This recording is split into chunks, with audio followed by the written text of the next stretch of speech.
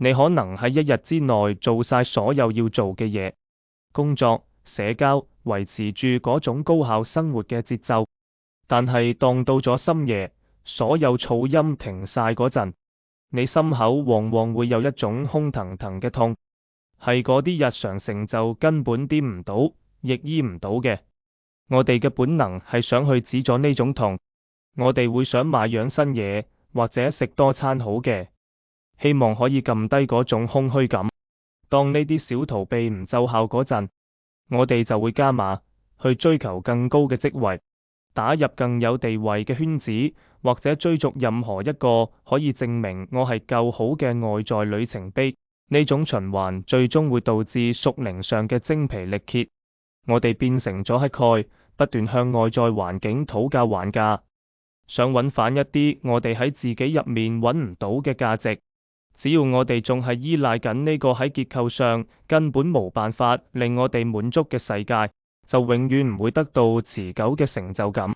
約翰福音4章14節為人類靈魂展示咗一種唔同嘅架構。耶穌基督唔係提供一個更好嘅方法去收集外在獎勵，佢係提議徹底改變你能量供應嘅模式。佢稱之為生命之水，係一種永久嘅內在裝置。世人俾你嘅快樂係外在嘅，需要你不斷加碼。但耶穌俾你嘅水係喺入面嘅，佢嘅拯救能力會喺你心入面安裝一個永嘅泉源，等你可以由內而外感到滿足。呢個泉源會由內部填補你嘅匱乏區，穩定你嘅基線。你嘅安全感同價值會變成自我供應，而唔係被動反應。成個身份會因此轉變。你進入一個地方嗰陣，唔再係一個去揾愛同認同嘅人，而係一個帶住充足供應入去嘅人。呢個信息嘅力量，在於移動你嘅重心。你嘅價值係由你入面一個打唔碎嘅源頭產生，令你唔再受制於周圍脆弱嘅世界。有一個誤解，以為領受咗呢啲生命之水之後，生活就會突然變得好輕鬆。你嘅外在環境未必會一夜之間改變，你可能仲係處於人生一個壓力好大，好似沙漠咁嘅季節。但係只要有咗內在嘅泉源，你嘅喜樂就可以喺最崩潰嘅環境入面爆發出嚟。你唔再受制於周圍嘅乾旱。當環境話俾你聽你應該係空虛嗰陣，你依然可以維持盼望同平安。呢個就係福音持久力嘅證明。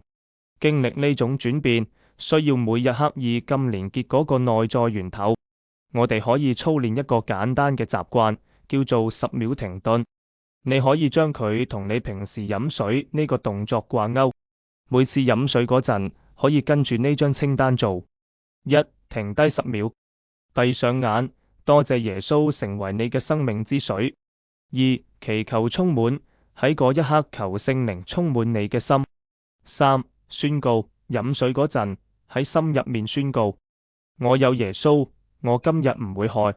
呢個生理上嘅觸發點，就好似你大腦嘅 reset 切撳，將你由自力更生嘅疲累帶返去上帝提供嘅供應。你係咪已經厭倦咗屬靈上嘅乾涸？你準備好唔再喺嗰啲永遠滿足唔到你嘅嘢上面揾價值未？每日嘅習慣固然重要，但前提係要先安裝咗嗰個泉源。呢個過程係由一個交嘅時刻開始。你而家就可以做呢個選擇。我邀請你同我一齊祈禱，領受呢份生命之水。主耶穌，我好攰，我唔想再試用嗰啲令我空虛嘅嘢嚟滿足自己。我求你赦免我。今日求你進入我嘅生命，等令你嘅生命之水喺我入面成為泉源。我信靠你嘅供應。阿門。如果你做咗呢個禱告，我哋所講嘅源頭而家已經屬於你。由而家開始，你可以去依賴呢份內在嘅生命之水。